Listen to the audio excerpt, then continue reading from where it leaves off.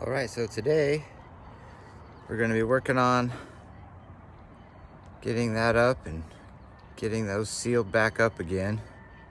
They're pretty messy at the moment. See, started taking up all the old caulk that was on there. Getting quite a bit of leaks down through the bottom here right now. So we're gonna go all the way around the aft cabin, clean all this up, rebed it, sand the teak down, make it look nice.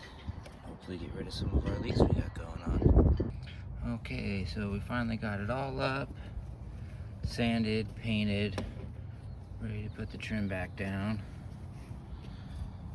Filled some holes over here, did a little bit of epoxy work, and we got our stuff all lacquered, ready to go. Okay, so here's our new pretty trim on the aft cabin. Got to clean up some of the goo on the edges still. New brass screws, and then there's what it used to look like. Now we got the whole rest of the front of the boat, little galley. Fun stuff.